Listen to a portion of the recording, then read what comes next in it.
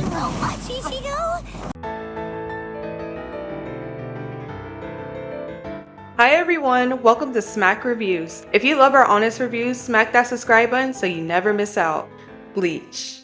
An anime that's brought us unforgettable fights, heartfelt moments, and an incredibly diverse cast of characters.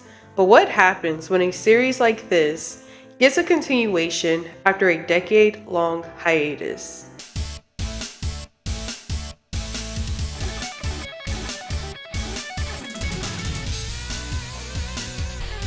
It's nothing short of legendary. Bleach Thousand Year Blood War feels like the series never left. It's an almost perfect continuation that brings the original magic back, but with even more intensity. Seeing familiar faces again, now with updated appearances and evolved personalities, feels like reuniting with old friends again. I've been a fan of Bleach since I was 10 years old. It was the second anime I ever discovered, right after Inuyasha. I first found out about Bleach back in elementary school. There was this kid in my class who was always getting in trouble. They were the sit in the back type, always catching heat from the teacher. To be honest, they seemed intimidating at first, but since my seat was right in front of theirs, we ended up chatting here and there. Turns out, they were actually pretty cool. One day, they brought a Bleach manga to school and let me borrow it for a day. That was it. I was hooked from page 1. It's funny how something so small can spark a lifelong passion. Wherever that kid is now, I hope you're doing great. So yeah, Bleach has been a part of my life for years, and seeing it return with Thousand Year Blood War feels like a reward for all the fans who stuck with it. I want to talk about the important events that happened in the anime, and also mention some of our favorite parts of it so far.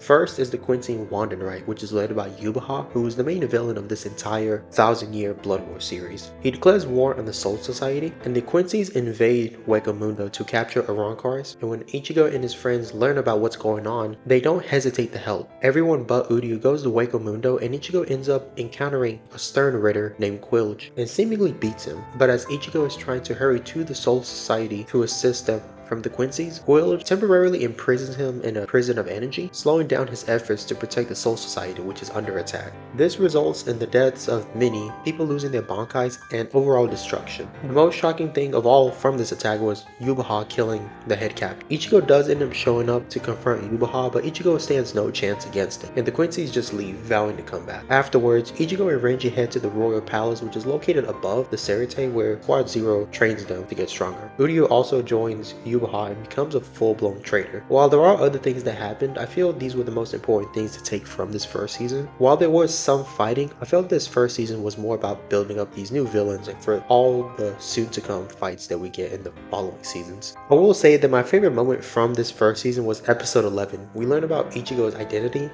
how his mother was a Quincy, and how his dad, a Soul Reaper, met in the past. And there's this one clip that I feel, without any context, is pretty funny. White. Ironic, isn't it? He's encased in black armor, yet he's called white. That's because of the whiteness within him.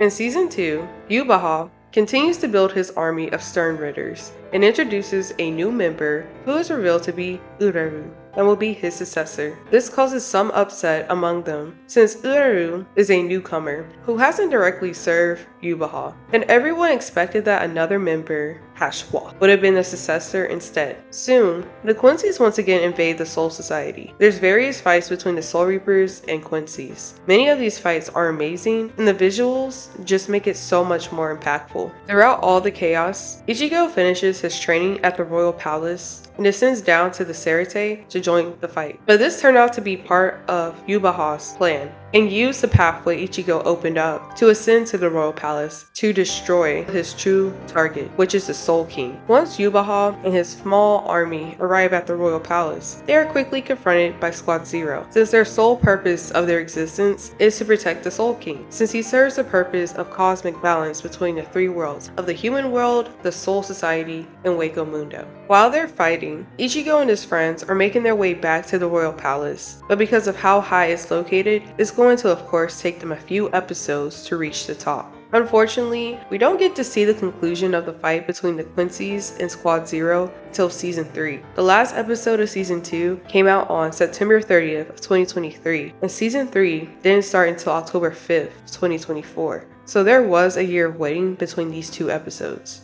My favorite part of season 2, and probably one of my favorite episodes in anime history, was episode 20. We finally get to see Ichiro fight and learn a little bit more about her Zanpakuto. The Sternritter they were up against was so powerful that anything he imagined became reality. I feel like you can't get stronger than that. Find out that he can't mess with more than 2 minds at once as the battle continues. We see Kenpachi cut through a meteor, and he was even sent to outer space, and I thought he was done for once that happened. But you can't forget that this is still Kenpachi.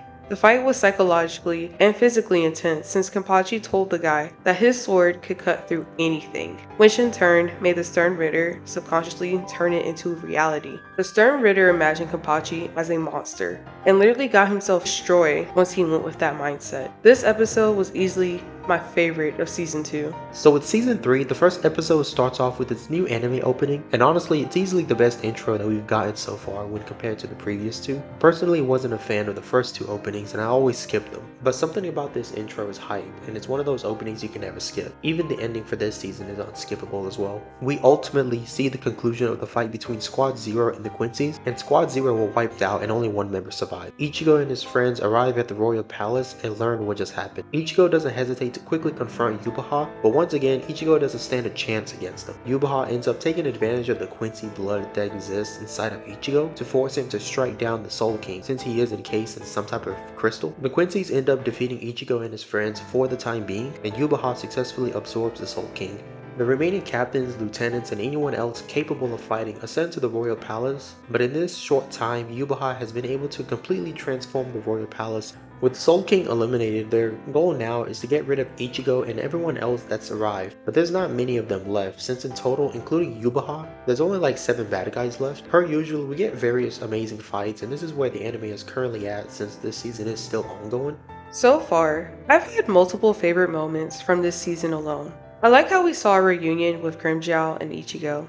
I thought we wouldn't see him again after the Waco Mundo arc. We also see some of the Fullbringers again, and Nell joins the fight as her older self. The sniper scene was hard to watch, since a lot of the Soul Reapers we're used to seeing were getting knocked out left and right. Squad 12 captain and the Sternritter Pernita have an intense fight, and we see Nemu risk her life to protect him. I have always found Nemu to be apathetic in most situations, so seeing that she has evolved past that was nice. We see Captain Kyoraku use his Bankai for the first time against the sniper Sternritter, which is extraordinary and different from the others. The most incredible and heartfelt moment is when Nanao learns that the new head captain is her uncle, and she finally gets to use her Zanpakuto, which was hidden within his Sword Fiend this entire time due to her mother's fear of the curse surrounding it would affect her.